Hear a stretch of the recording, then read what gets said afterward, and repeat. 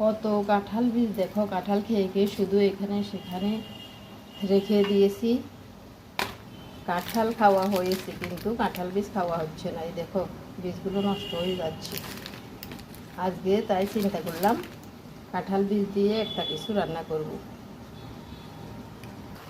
তাই কাঁঠাল বীজ কেটে নিয়েছি, এখানে চুলায় বসিয়ে দিয়েছি। কাঁঠাল বীজগুলো আগে সিদ্ধ করে নেব।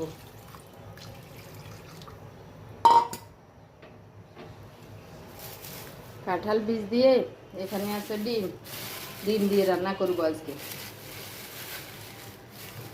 কাঁঠাল বীজ দিয়ে এভাবে ডিম সিদ্ধ করে রান্না করলে কিন্তু মন্দ লাগে না, অনেক ভালোই লাগে। বীজগুলো বসিয়ে দিয়েছি, এবার এতে একটু লবণ হলুদ দিয়ে দিচ্ছি পরিমাণ মতো লবণ, দিয়ে দিচ্ছি হলুদ, দিয়ে দিচ্ছি কিছু মরিচের গুঁড়া, ঢেকে দিলাম, তাহলে তাড়াতাড়ি সিদ্ধ হয়ে যাবে।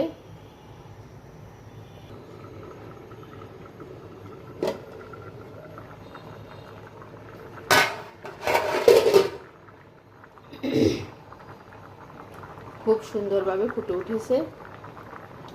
এবার আমি এক কাজ করব, দুইবার সিদ্ধ না করে ডিমগুলো পাটিতে করে এর মাঝে বসিয়ে দিব।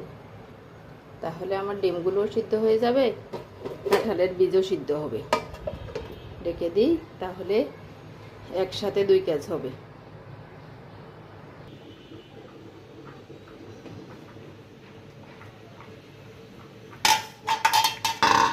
দেখো ডিমগুলো একদম সিদ্ধ হয়ে ফেটে গেছে।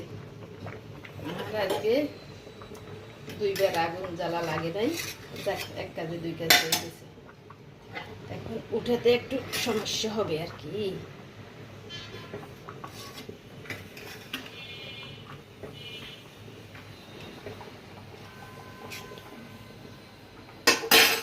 তুলে নিলাম, এবার এগুলো আমি খোসা ছাড়িয়ে নেব।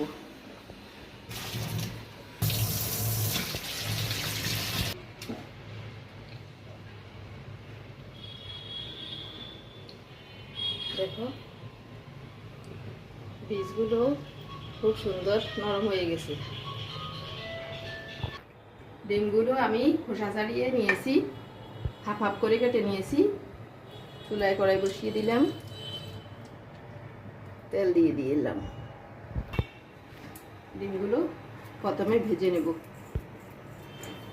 ডিমে দিয়ে দিলাম লবণ, হলুদ, মরিচ,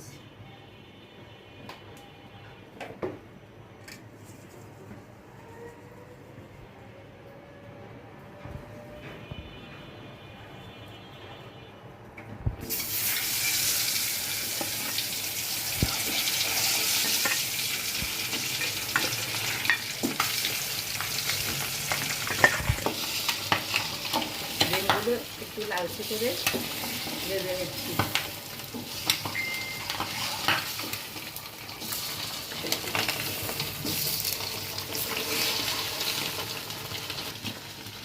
ডিম আমার ভাজা হয়ে গেছে, ডিমগুলো নিয়ে নিচ্ছি।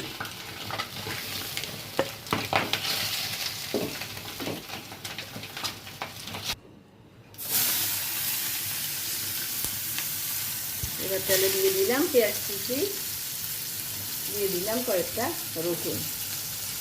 এগুলো একটু লালচে করে ভেজে তারপর কাঁঠাল বীজগুলো দিয়ে দিব।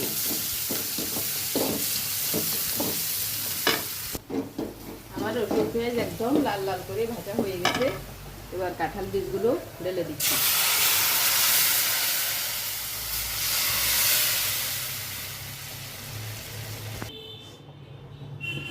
এবার ডিমগুলো দিয়ে দিচ্ছি।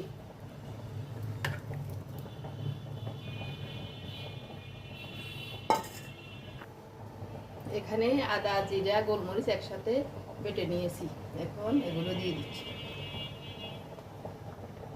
আর অন্য কোনো মশলার দরকার নেই, এই মশলাতেই হয়ে যাবে। দিচ্ছি কয়েকটা চেরা কাঁচা লঙ্কা।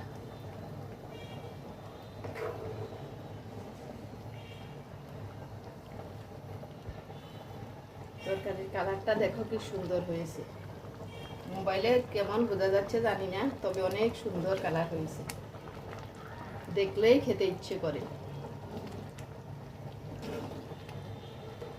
কাঁঠাল বীজ নষ্ট না করে এভাবে রান্না করে খাবে। এদিকে বৃষ্টিও লেগেছে, কাঁঠাল বীজ খেতে ভালো লাগবে। আর এটা অনেক পুষ্টিগুণে ভরপুর। কাঁঠালের চেয়েও কাঁঠাল বীজে কিন্তু পুষ্টি বেশি। কাঁঠাল বীজের তরকারি আমার হয়ে গেছে, এবার আমি নামিয়ে নেব। বীজগুলো তো আগেই সিদ্ধ হয়ে গেছে, এখন আর বেশিক্ষণ চুলে রাখার দরকার নেই।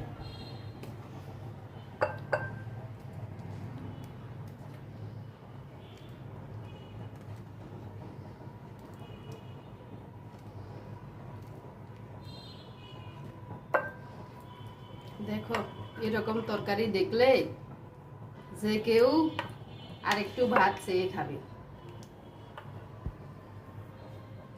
আমার তো অনেক ভালো লাগে, তোমাদের কেমন লাগে জানাবে। এই কাঁঠাল বীজের তরকারি হলে আমার আর কিছুই লাগে না।